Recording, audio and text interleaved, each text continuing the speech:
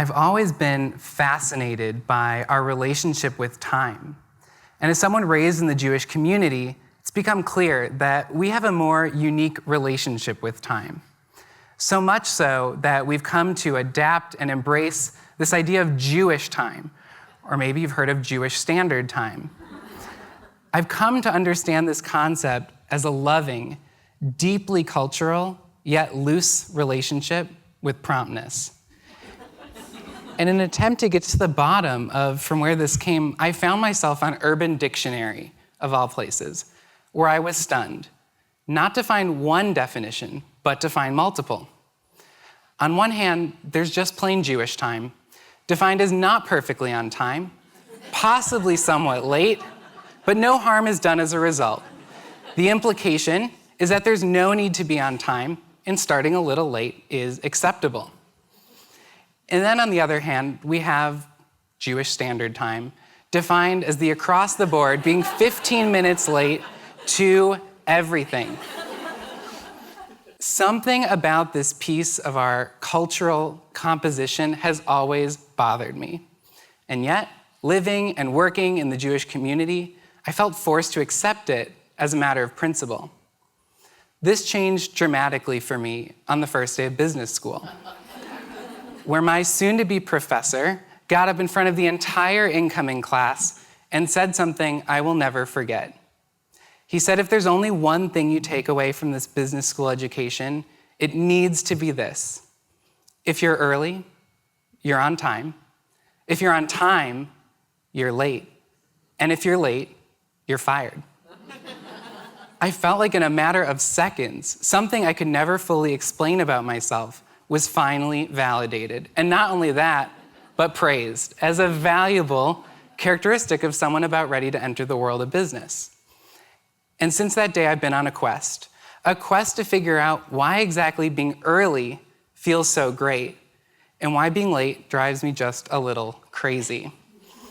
And what I've come to realize is that while perhaps countercultural, being on time and even being early is really deeply Jewish. But let's face it, we're all guilty of it. Sometimes try as we might, running late or being late is simply unavoidable. Many of us live overscheduled lives, rushing from one thing to the next to the next. It's just the reality.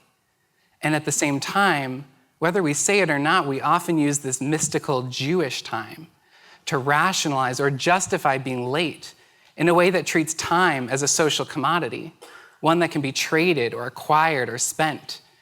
It leads us to think along the lines of, if I'm just a little late today, I can be a little early tomorrow, and it'll all balance out. Or if I'm only 5 minutes late, is it really such a big deal? They're probably running late too. In a way, we use it as a genetic defense mechanism that detaches personal responsibility from our valuable time. But when we dig into our tradition, we find that Judaism does not have a loose relationship with time. In fact, it's very specific. Judaism is specific about the time of day, time of the season, time of the year. And every Shabbat morning, we're reminded in a very important way of our imperative when it comes to time when we read Elu Divarim. The text reads, Elu Divarim she'en lachem shiur. These are the things for which there are no limit, things that we just can't do enough of. And it goes on to enumerate 10 mitzvot that come from the Mishnah. Among them, probably no surprise, honoring thy father and mother, engaging in deeds of compassion, visiting the sick, and arriving early for study. In the Hebrew, it says, v'hashkamat beit hamidrash, literally to awaken early for the house of study. In a list of 10 of the most important things we can do in the eyes of our tradition, we're commanded to be early. These commandments are so deeply personal and selfless. Being early actually feels out of place at first, but it's there, and it begs the question, why? I'd like to think that it has something to do with the idea that in Jewish tradition, we study in chavruta, that in order to engage with our most holy of texts, we have to do so in sacred partnership with another person. And our tradition is so clear that when this is the case, when we're in the exclusive company of another person, just like I learned in business school, being late nor on time is good enough. we must be early. Being early makes a profound statement. It says, I'm here. I've committed to this time, and most importantly, to you as the other person. When we're early, we have the rare opportunity to leave our distractions, whatever they may be, at the door. Maybe it's a physical door or even a virtual door. But when we're late, we miss that altogether, and we have no choice but to bring those distractions in with us, and they cloud the potential of what that meeting or meal or encounter could bring about. While it seems like a double standard, allowing Jewish time as a piece of our collective or cultural identity to intervene into personal relationships is a recipe for disaster. Thinking about Jewish time in this way is dangerous. It justifies behaviors and actions that can have long-standing consequences for ourselves, for those for whom we care most about, for our communities in which we live, for our organizations for which we work so hard, and I would say for society as a whole. When we're early, we have this opportunity to engage in what Jewish theologian Martin Buber calls I-thou relationships. This, to me, is the secret, the essence of why being early is on par with visiting the sick and welcoming the stranger. But to understand I-thou relationships, it's actually important to look at the opposite, I-it relationships. I-it relationships are very common. We have thousands of them in our day-to-day life. They're service-oriented, they're transactional in nature, and they lack any spark of the divine. In an I-it relationship, the other person, Martin Buber would say, is an object rather than a partner.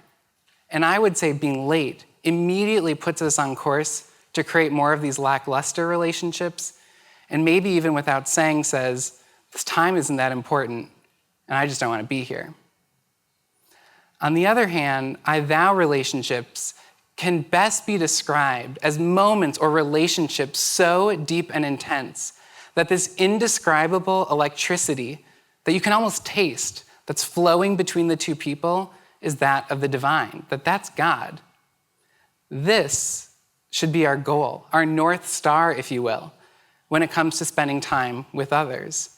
Luckily, these moments, these existences know no barrier.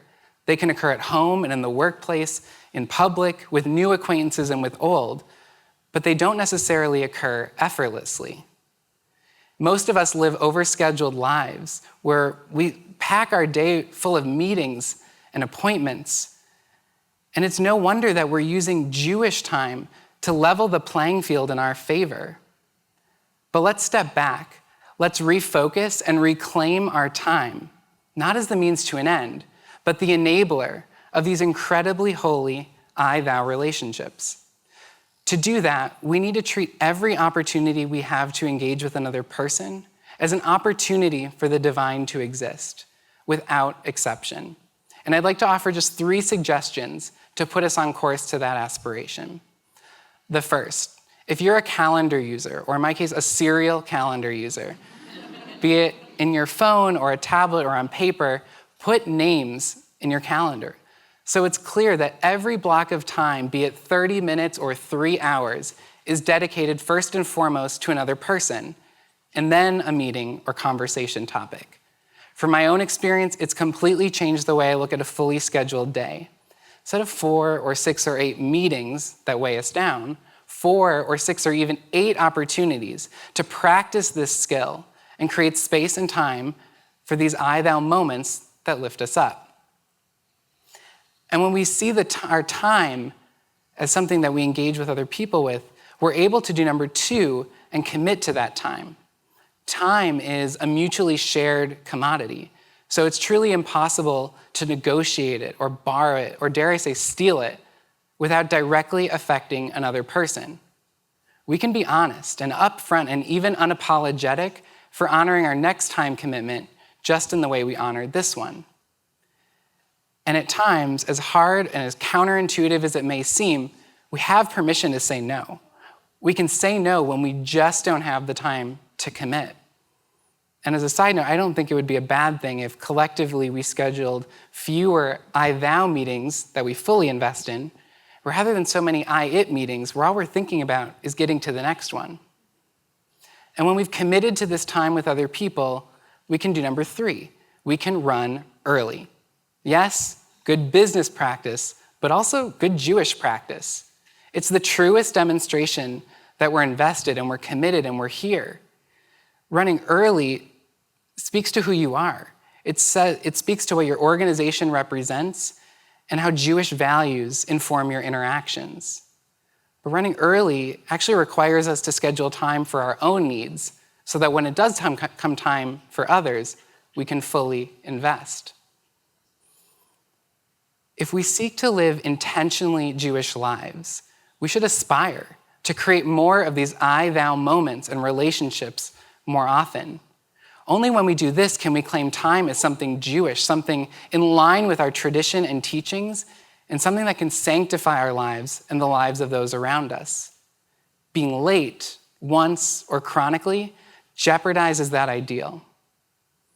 We have it within our means to use time Jewishly, to lean into meaningful relationships, rather than it being the reason we actually back out of them. And maybe, just maybe, even if we can't agree on a single definition, we might come to embrace Jewish time as the mitzvah, the commandment of being early, being present, and being sacred partners in holy relationships.